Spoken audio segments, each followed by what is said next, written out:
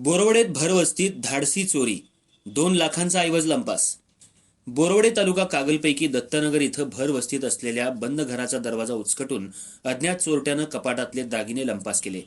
यात सुमारे 2 लाख रुपये किमतीचे सोन्याचे दागिने चोरीला गेलेत. बुधवारी रात्री घडलेली ही घटना आज सकाळी उघडकीला आली. या घटनेची नोंद मुरगुड पोलिसात झाली आहे. याबाबत पोलीस आणि घटनास्थळावरून समजलेली माहिती अशी: बिद्री मुदाळतिट्टा या मुख्य रस्त्याला लागून असलेल्या दत्तनगर भागात प्रतीक प्रकाश बोटे यांचं राहतं घर आहे. कामानिमित्त त्यांचं सर्व कुटुंब घराला कुलूप लावून बाहेरगावी गेलं होतं. आज सकाळी 8 वाजता बोटे यांच्या अंगणाची स्वच्छता करण्यासाठी आलेल्या महिलेनं बंद दाराचं कुलूप तोडल्याचं आणि दरवाजा अर्धवट उघडल्याचं पाहिलं. तिनं आजूबाजूच्या लोकांना याची कल्पना दिली. याबाबत शेजाऱ्यांनी पोलिसांना माहिती दिली. मुरगुड पोलिसांनी घटनास्थळी भेट देऊन पंचनामा केला. याबाबत प्रतीक बोटे यांनी पोलिसात दिलेल्या फिर्यादीत 22 ग्रॅम वजनाची सोन्याची चेन तसंच अंगठी, कानातील फुलं आणि साखळ्या असा 2,05,000 रुपयांचा मुद्देमाल चोरीला गेल्याचं म्हटलंय.